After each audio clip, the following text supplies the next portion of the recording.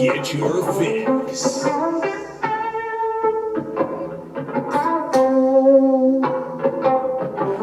you ready? Are you ready to get your fix? Are you ready? Are you ready to get your fix? Are you ready? Are you ready to get your fix? Are you ready? Are you ready to get your fix? Are you ready? Are you ready to get your fix? Are you ready to get your fix? With the Wicks here on this beautiful Monday, September 27th, 2021. And wow, what a day of football we got to witness yesterday, huh? I mean, there was, I think, 4 games decided by a last-second field goal. And I also think we got to see, a lot of true identities really come out for at least some of the teams around the NFL. There's still a couple out there that were really, questioning, which we're going to get to basically both sides of that. Some identities that have been found, some identities that still need to be worked out a little bit, and kind of go, I guess, from there. And, this is kind of what I expected to happen with knowing that some teams' identities were going to be found here around week 3 to week 5, because that's what I said, multiple times previously on the show, is that it takes about 3 to 5 weeks to really see what a team is all about, what they got to bring every single Sunday or Monday or Thursday or whatever the case may be. And it's that time. Okay, a lot of teams are on the rise. A lot of teams are on the decline. A lot of teams are, kind of stuck in that middle area that you're not really sure which way they're going to go. And if they go one way, you're going to be absolutely ecstatic. If they go the other way, well, I mean, yeah, you get the gist. You're just going to be a pissed fan. Like, if you're the Minnesota Vikings and blow it last year, miss playoffs, it's kind of a scenario for you to work out in your head. But, like I said, we're going to get to, most of those teams, or a good amount of those teams right now. So, are you ready to get your fix? Well, let's start right off the bat with the Minnesota fucking Vikings. Skol, baby, huh? We got a dub finally.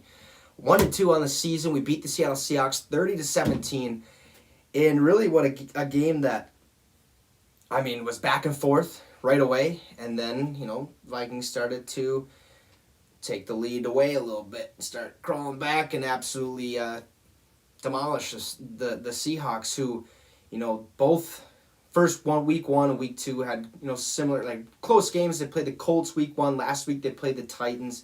They ended up losing on I know it was a field goal, but I can't remember what really happened the play before. So then they come into Minnesota. Russell Wilson was 7-0, okay, coming into this game against the Minnesota Vikings.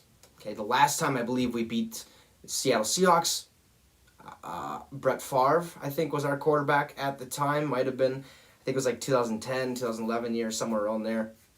So it's been quite a while, or at least, yeah, it's been quite a while since we've, got a dub against the Seattle Seahawks. But, hey, without a Dalvin Cook, I think we looked really well. Okay, offensively, the Minnesota Vikings, they're looking really solid.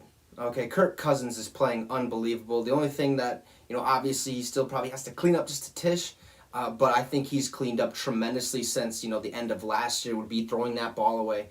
Otherwise, he's hitting the open receivers. He's making incredible throws. He's making all the right decisions that you need to as a quarterback. And that offense, I think, Clint Kubiak, the offense coordinator for the Vikings, is calling a really, really solid offensive scheme, if you will, throughout the entire game. It's just, can that defense, hold, our opponents or the opponents to less points than we can put up? And, I got to say, for our defense, they did that yesterday, obviously, with the win. And they've been trying to start to get on that path the entire season, actually. We played the Cincinnati Bengals. Okay, we probably shouldn't have lost that game. Missed the field goal. And, the rest is kind of history. You lose the Cincinnati Bengals 27-24. Then you go last week against the... See, I'm already drawing a brain fart. I'm week to week with the Minnesota Vikings. It's just, all right, next fucking week. But then, week 2 comes out. We don't look that great at all. We had some ups, we had some downs, but then we come into week 3, okay, against the Seattle Seahawks. I'm still kind of frustrated. I can't remember that second game. But defensively, we got to clean a little bit up. All right, we are out, obviously, Anthony Barr. Everson Griffin did play yesterday. He was out the first 2 weeks. I wouldn't expect Everson Griffin to make that big of an impact for the Minnesota Vikings going forward in the season. I just expect him to get a good amount of playing time, but he's going to have that veteran leadership where he's going to be able to, make sure that defense, or he's going to pretty much give them the, that feeling that, hey, we can play better. All right, well, let's really amp it up a little bit. He gets those guys hyped up a little bit, and he got a sack, I believe, yesterday, so that was huge for him in his career. He did, the slide and then the flexion thing he does. That was pretty cool. Daniil Hunter does the kick in the air, which I'm not going to do because I don't fucking want to kick anything over or, tear something, because that would suck. But, hey, good win by the Minnesota Vikings. Right away, like I said, it was back and forth. Seattle scored fucking right away. I'm like, God dang it, this is going to be a long day. Vikes come, fucking score right away. Seahawks score right away. Vikes score right away. Seahawks field goal. We're starting to stop a little bit. Vikes fucking stop or score. And, our defense starts really gluing together, playing really nice football. Rashad Breeland. Come on, man. Figure your shit out. All right? Plain and simple. Just figure your shit out, and you are going to be a really good corner in the NFL. There was that one play where I understand that, they talked about it during the game where it was DK Metcalf was on the outside. It was only him. Rashad Breeland had to try to make the tackle while obviously being 2 yards out, catching a pass with a guy that's 7 feet away from you. You're going to fucking score a touchdown, even if you're DK Metcalf. The dude is fucking, 6'6", 250 pounds, something like that. Just absolutely ridiculous. He's a monster out there. So, you got to understand that he's not going to be able to stop him. Nobody is. And I think a lot of Minnesota Vikings fans need to realize that just a little bit. You're not going to stop that guy when you're 100 pounds lighter or something, like maybe 80 pounds or 70 pounds lighter than the dude himself. It's just not going to happen. Okay? Rashad Breeland knew that. And right as they were talking about, hey, the guy, they were set up to play this defense where he was supposed to play off, watch the back, behind him, or the crossing route from the tight end to the slot receiver on the other side. And, he has to obviously still watch that flat with DK Metcalf. So, yeah, that is his job. He was there in a right position. I feel like he just, like I said, being from, pretty much being 5 feet away. All right, 5-6 feet away.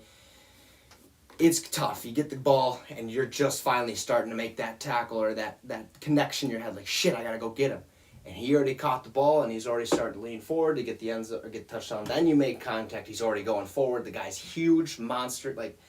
It's just the momentum's going to carry it in there. It's going to be a touchdown. You can't do anything about that. But there's other scenarios around there where he has to pick it up, and I think we all seen that yesterday. But for the most part, I was really impressed. Okay, this Minnesota Vikings team, they lose that game, right? We're thinking fuck, what do we do? Is this Kirk's fault? Is this our defense? Is it Zimmer? What's going on? But they didn't. They won, and I think we could be at a 3-0 spot right now. Okay, if it were, weren't for the penalties, I believe, in the first game. The second game, just sloppy, offense and defensive play a little bit for the most part. It looked a little bit better in week 1, and then this week we really came out, hit it on the nose, and got the dub 30-17. Nice wins for the Minnesota Vikings. Another nice win around the NFL was the Cleveland fucking Browns. This team, wow, absolutely ridiculous. Beat the Chicago Bears 26-6 in a game where Justin Fields got his first career start, and it sucked. It was just bam, done. Sacked 9 times, okay, 1 passing yard, 46 rushing yards, a total of 47 yards total for the entire Bears offense. Justin Fields' fault? I wouldn't think so. Matt Nagy? Probably, okay. This is just, it's uncalled for. 47 yards of offense. You should be able to at least get 100. 100 yards, I mean, yeah, that's sounds small. Yeah, but it's a lot, okay?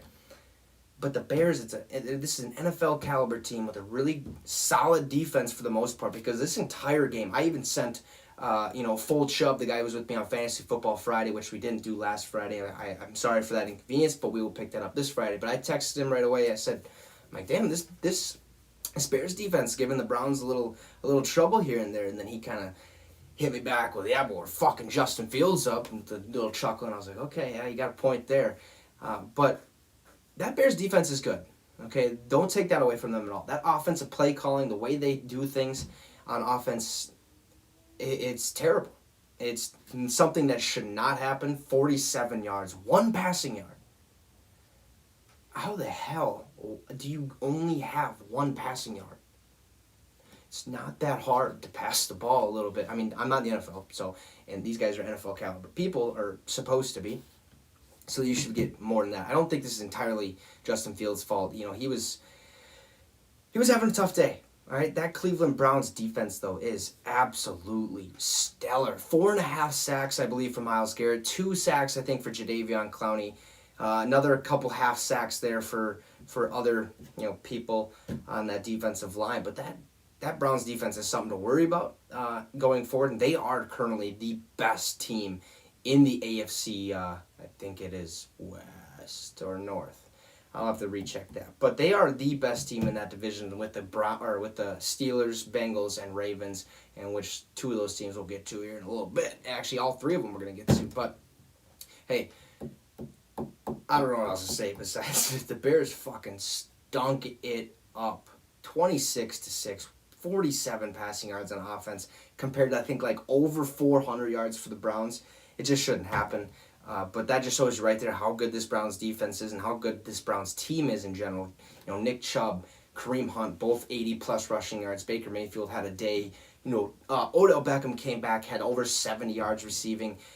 And just overall, they played really, really decent football. So good win for the Browns. Another team, I guess, that kind of shocked us a little bit, or maybe some of you guys. Not necessarily me too much, because I still think this Chargers team is a good one, okay?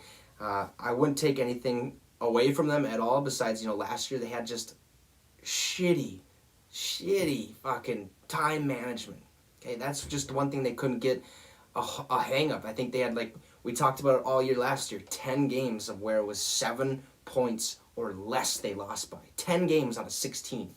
That's insane. So you take that, they probably have a better year, change some of those games over, better time management skills, and they probably make the playoffs last year. So a lot of teams were like, no, this Chargers team really isn't anything special. Yeah, they can play good ball and they can they stay in a lot of games, but they're not going to win. It's going to be a really close one. They're just not going to get it. Well, yesterday, okay, at noon, this is the first game I decided to watch. Chargers, Chiefs. What a fucking game. Chargers ended up winning this game 30-26 because of a Patrick Mahomes interception towards the end, where when he threw that ball, I was like, dude, what? You did not need to make that throw. You did not need to make something happen. I don't believe they had any timeouts, so maybe that's what he was thinking on that drive. I was like, dude, we just got to move the ball, do it quick, keep the time running. Hopefully it'll go down. Tries to make a big play, picked off. Chargers, they end up going down the field, drive, and touchdown. It was a beautiful ending for the Chargers. Justin Herbert, last year having to come in for an injured Tyrod Taylor who got a fucking golf tee shoved through his lungs. I mean, that was just very unfortunate and really weird, but Justin Herbert came out that game, damn near beat the Chiefs last year when he had to come in. It was a really close one right towards the end. Didn't get the job done, but he comes out here all firing on all cylinders and gets the dub, his first win against the Kansas City Chiefs. Absolutely balled out, 26 for 38 with 281 yards, 4 touchdowns. Jesus. I apologize for that one. That one just came out of nowhere. But 4 tutties. Herbert looked awesome. Okay, him and Mike Williams are on some, they are perfect for each other. These guys, Mike Williams, 7 catches, 122 yards, 2 touchdowns. Okay, he also had a 2-point conversion that he got right away, which was awesome. Their kicker, I think Vizciano or something like that. I can't remember how to say his last name. Vizcaro or something.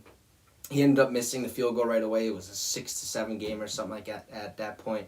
And then, they go down, they score. It's 12 to whatever it was at that time. They're like, fuck, let's go for 2. They get the 2-point conversion, and they just keep going on. This is a really tough-fought game throughout the whole thing. I mean, Mahomes, other than having 2 picks, he did really well, okay? 27 for 44, 260, and 3 tutties. Not too bad.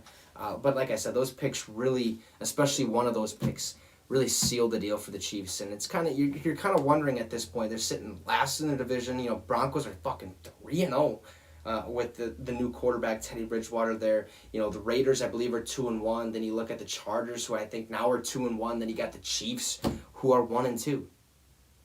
Okay, the Chiefs are struggling right now, okay? Edwards-Helaire starting to fumble, having a couple fumble issues here throughout the year. So that's going to be interesting to see how that goes throughout the season, because he should be able to clean it up. Last year, he really didn't have any, I don't think, at all. So it's not necessarily worrisome for any Chiefs fan, because I believe at this point still today, they are still, I think, not even on track. I was going to say on track, but they are still, they're the team that is still supposed to win the Super Bowl, okay?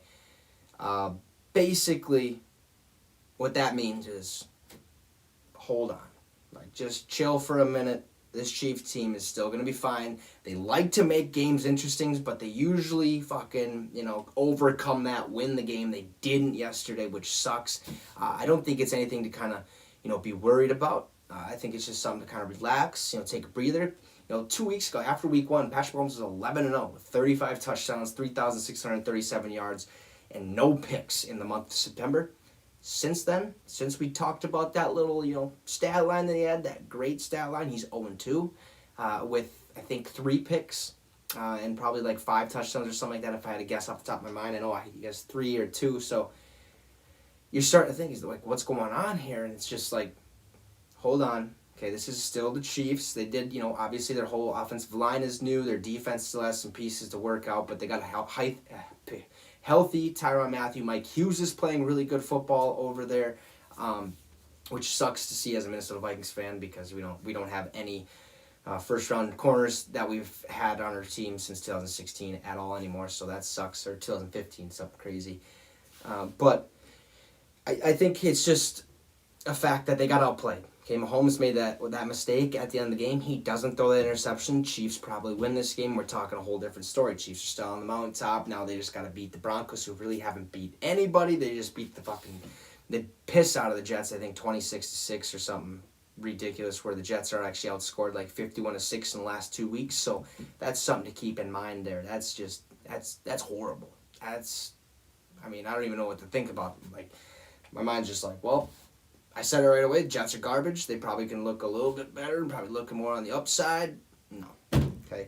Zach Wilson, shit. 7 picks, tied with Trevor Lawrence with 7 picks this year. Just absolutely garbaggio for rookie quarterbacks, including Mac Jones a little bit. He has more of the upside of all the rookie quarterbacks at this point, I believe. But, hey, good win for the Chargers team. Okay, this is a Justin Herbert that I was all in on. Going into the last year's draft, I was like, dude, this guy has the perfect build. He's going to go in there. He probably can't run the greatest, but he reminds me a lot of, Aaron Rodgers. He's going to be able to run at a good enough rate, or at a successful rate, when he needs to. He's not going to just go out there and fucking Lamar Jackson everybody and just, juke and spin and, do whatever he has to score. He's going to throw the ball mainly, and he's going to scramble when need be. And that's what he's doing. That's what he's known for, and he's balling out. Good for him. Good for the Chargers, taking a 2-1 start of the season. Another one we got to talk about is Rams-Bucks. Basically, Rams beat the Bucks 34-24. It really didn't look like the Buccaneers had any, the Rams completely controlled this entire game. There was no chance right from the get-go for the Buccaneers except for their first drive. Okay, basically is what I'm saying. Even with the good Tom Brady, it's just hard to do what you can against this Rams team, which leads me to think that this Los Angeles Rams team might just fucking win their division. Easily. Walk through it. Okay, Matthew Stafford is a magician. Okay, him and Cooper Kupp are on the same page every single day. Okay, 6 a.m. they're in there together, eating breakfast, talking, gossip, hey, did you hear Mike Williams just fucking couldn't read yesterday or something stupid, blah, blah, blah. And they're just good old friends. They're in there working out, and then they go to Sundays, and they are just stellar. Okay? Can't really do anything about that. The Bucs were out. Jason Pierre-Paul wasn't there. He's kind of a big piece, not a huge piece, but he is a good one. He puts a lot of pressure on the quarterback. Then you're out Antonio Brown. You got some running back issues where, like, what the hell's going on with Rojo? Okay, Ronald Jones II, the man of the hour last year, starter the whole time. Now it seems to be a little bit of a Leonard Fournette show. All right, and I'm not sure how well he's really working out. Giovanni Bernard, though, is a diamond in the rough. Okay, he's a fucking gem. This guy is quick. He's going to be explosive. He's going to get a lot of yards very, very quickly. I mean, it's just interesting to see what this Bucs team is going to continue to do going down the field. They have, like, literally 1,000 weapons like the Cleveland Browns. I mean, it's just unbelievable what they can do. It's just they got bested. Okay, the Rams are a good fucking football team. We've seen it. Jalen Ramsey flying around, making plays everywhere on the ball. Then you look at Aaron Donald, arguably the best defensive tackle to ever play the sport. Is just, I mean, the man has a fucking six-pack. All right, he's like on the defensive line. He's like 300-some pounds. I mean, come on. This is a very, very good Rams team, and that leads me to believe, like I said, they're going to probably win their division. I think I can actually say that now. I thought, right away at the beginning of the year, it was like Cardinals, they have a good shot. Seattle, they have a good shot. 49ers, and they have a good shot. Week 3 hits, and it's like, I mean, this Rams team, they can start winning some ball games, and they are. All right, I believe they're 3-0. Very, very good start. Okay, and I think Sean McVay has seen a stat as like 40-0 or 37-0 when having a lead at half, which is ridiculous. Which means if the Rams are leading, going into halftime, they are going to win the game. Okay, just know that they're not going to lose very often, or at all. Okay, if they're leading at half. Good win from the Rams. Buccaneers, I don't know what was really going on. I kind of caught glimpses of it because that was at the same time the Vikes game was on, so I was more focused, more dialed in, watching, Skull going down the field the whole time. I mean, that stadium was fucking awesome, folks, huh? For those of you who were there, I wish I could have been there. Literally right away when the broadcast started for the game, you could hear this stadium literally just fucking erupt. I mean, it was just like times a million. It seemed like it was crazy. Like that atmosphere would have gave me goosebumps. I mean, just sitting at home listening to it just got goosebumps. That fucking Skull chant to start the game. Oh man, it was awesome. Quick backtracking, talking about the Chiefs. We're talking about their issues. I forgot to mention this, and we'll probably dive a little bit more into it. But breaking news, the NFL has decided to officially reinstate Josh Gordon. What team is he going to? Well, just after, a couple hours after, getting reinstated, fucking Patrick Mahomes and Andy Reid decided to get on the phone. What's up, Josh? Heard you got reinstated. Do you want to play some football? All right, come to the office. We'll sign you. We'll sign you real quick. All right, peace. Lo and behold, he was probably getting a little high, a little drunk, whatever you want to say. And then he came in, fucking signed that contract. He is now officially on the Kansas City Chiefs practice squad, which that's going to be interesting. This man is fast as shit. I mean, just explosive, powerful. I mean, he's ridiculous. I seen a stat the other day. It was like 10 receptions, 262 yards, and like 2 or 3 touchdowns he had during one game with the Cleveland Browns, like way back when his career first started. So you're getting a good, solid piece here.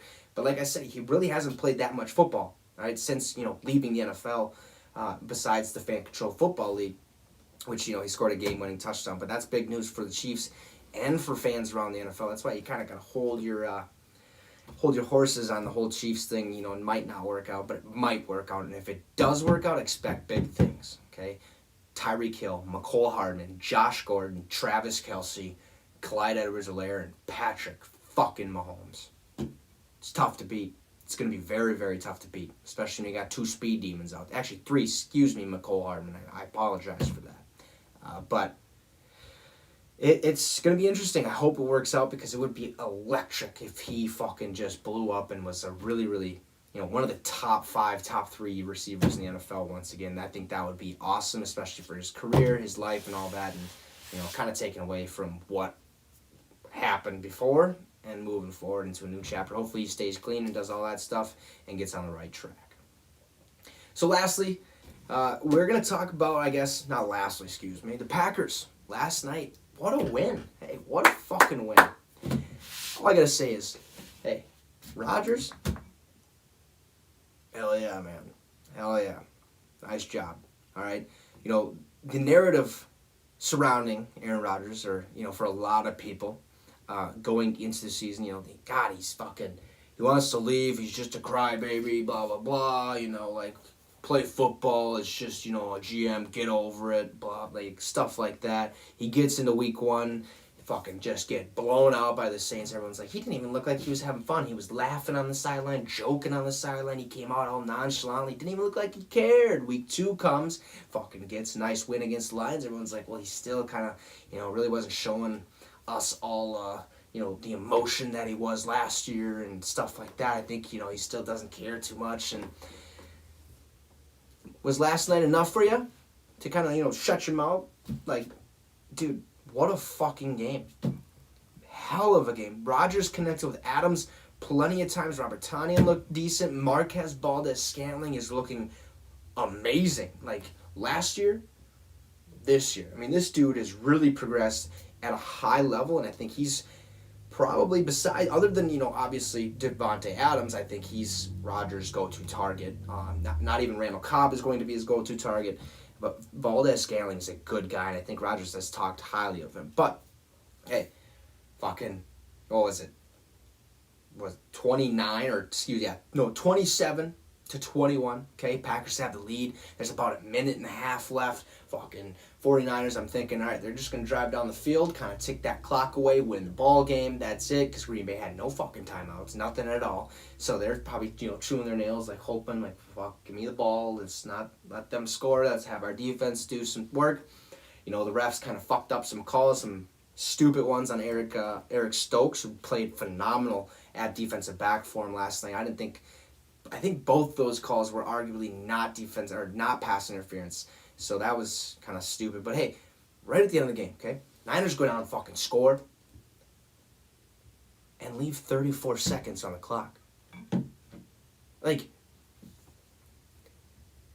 There's 2 people, okay, in this league today that really stick out in my mind. When it comes down to a minute left in the game, and your team has the ball, okay? The other team on the sideline has these 2 guys, Tom fucking Brady and Aaron Rodgers, okay? One of them, okay? Say you're playing Packers, say you're playing the Bucks. Your team has the ball. They're on defense, you're on offense. All you need to do is go down the field, waste that fucking minute, score a touchdown, walk out of the stadium, and that's it. I don't understand why some of these teams have the fucking balls or the nuts to, fuck it, score as quick as we can. Let's give them the ball back. Let's see if they still got it, all right? Fuck it, man. I think we just gotta, go out there and do what we can. Let's just fucking score. They'll probably, momentum's gonna go down a little bit. They can't do anything. 34 seconds left on the clock, and you're gonna give Aaron fucking Rodgers the ball back? You're going to give Tom fucking Brady the ball back? Last week? We got to have, who the hell is calling plays? Who the hell is making these decisions? Because you just don't do that. We seen it last night. Green Bay had no fucking timeouts. 34 seconds down 8 points. Or not 8 points, down 1 point at that point. 34 seconds, they have no timeouts. I think they had 2, the Niners did. What's the rush? It's only Aaron Rodgers, right? That's no big deal. They haven't really been that good on offense this year. Shit. Saints beat the shit out of them. Oh, Rodgers does what he does best. Fucking Mighty! Zach! Alpha! Zach! fucking Devontae Adams for a 40-yard catch. Perfect. Let's go. Jog down to midfield. He's like, hurry up, hurry up. Spike. All right, let's do it again. Oh, that black ball. Jack. Connects. All right, fucking Devontae Adams, 20 yards, somewhere around there. All right, fuck, let's get up to the line. We got 6 seconds. Time's ticking down. Spike. 3 seconds left on the clock. They're in field goal range, and as soon as he spiked that ball, this was probably the best feeling I've had. So he's down, right? Spikes the ball. He's like, let's go. He just jogs over to the sideline. Excuse me, don't want to give you that crotch shot. I'm trying to bend down. But I was like, oh, like all these Rodgers haters out here better shut their mouth. This dude's pumped. He's excited. And then you see him on the sideline just kind of bending down like this. She's like, all right, come on. Don't fucking miss this, Mason. I swear to God. The kick is up, and he hops up. He literally jumped in the air, dog. He's like, ah. Then after the game, you get that press conference, like, how can't you fall in love with football? And I think, I mean, you can't. Like, it's really hard not to fall in love with this goddamn sport. It's awesome. I mean, just you mix, like, the amount of emotions from, you know, minute 1 to the last, 60th minute in the game is just up and down. It's a roller coaster. You never know what's going to happen. Maybe your team takes that roller coaster up, never goes down. Maybe it goes fucking just boof, just down. And maybe it just keeps going up and down like that. You never know. And then finally at the end of the game, it's fun. So this is a good game. Great win for the Green Bay Packers, who are now, I believe, in the lead of the NFC North. Vikes, we got to pick it up a little bit, be the kings of the North again. I mean, it's been a minute, a couple of years, so let's figure it out. But enough with that. Let's give a round of a fucking applause for Justin Tucker. Hell yeah, brother.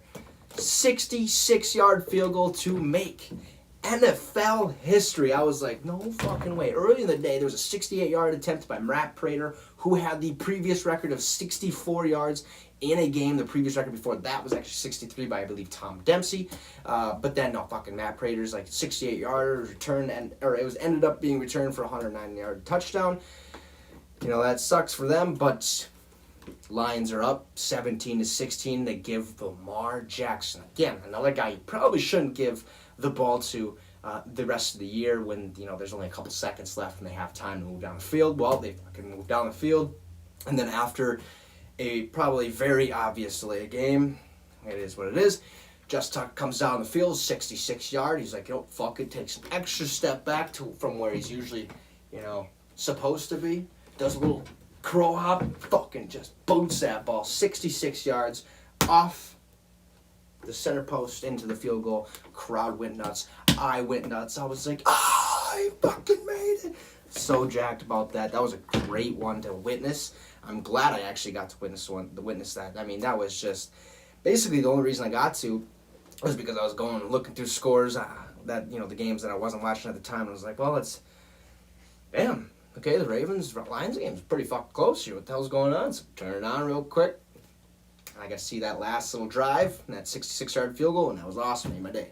Good for Justin Tucker. We have a new NFL record, like I said, 66 yards. Probably won't ever be beaten. Now, that was ridiculous. No win, no nothing, no anything. I mean, you have to hit that fucking ball like perfect on a dime. Can't have any mishap. Can't have like a little bit of anything happen. I mean, it just has to be fucking the best kick of your life, and that's what it was. Okay, he did miss one earlier in that game, I believe, so he made up for it. And he made up for it really big. Ravens looking like a good team. All right? Another team in that division with the Ravens that we talked about kind of briefly. We also talked about the Browns. What's going on with the Pittsburgh Steelers? Like, this is week 1. They go out there and they beat a really, really good Bills team. And then they go to week 2. First home game in Pittsburgh with full capacity stadium. Okay, fans of all nature are there. Okay, all the Yinzers out there. How the hell do you lose 2 straight home games? And one of them being against the fucking Cincinnati Bengals. I don't give a shit if you are out 4 starters on defense. This should not happen. This is a Bengals team that is bad. Okay? They're looking good, though. They're looking real good this year. Beat the Vikings. Probably shouldn't have. Come out week 2. They do lose, obviously, to the Bears. All right? Bears beat them. And the fucking Steelers come out here and just get pissed all over and lose 24-10 from the Cincinnati Bengals. Jamar Chase is looking like a stud. I don't know what's happening with this Steelers team, but something is really off. Like, it is not looking good over there. Hey, but that's what you get when you have a bunch of TikTok stars at wide receiver. Huh? That's what it all goes back to. Right? Start playing football. All of you. That's all you got to do.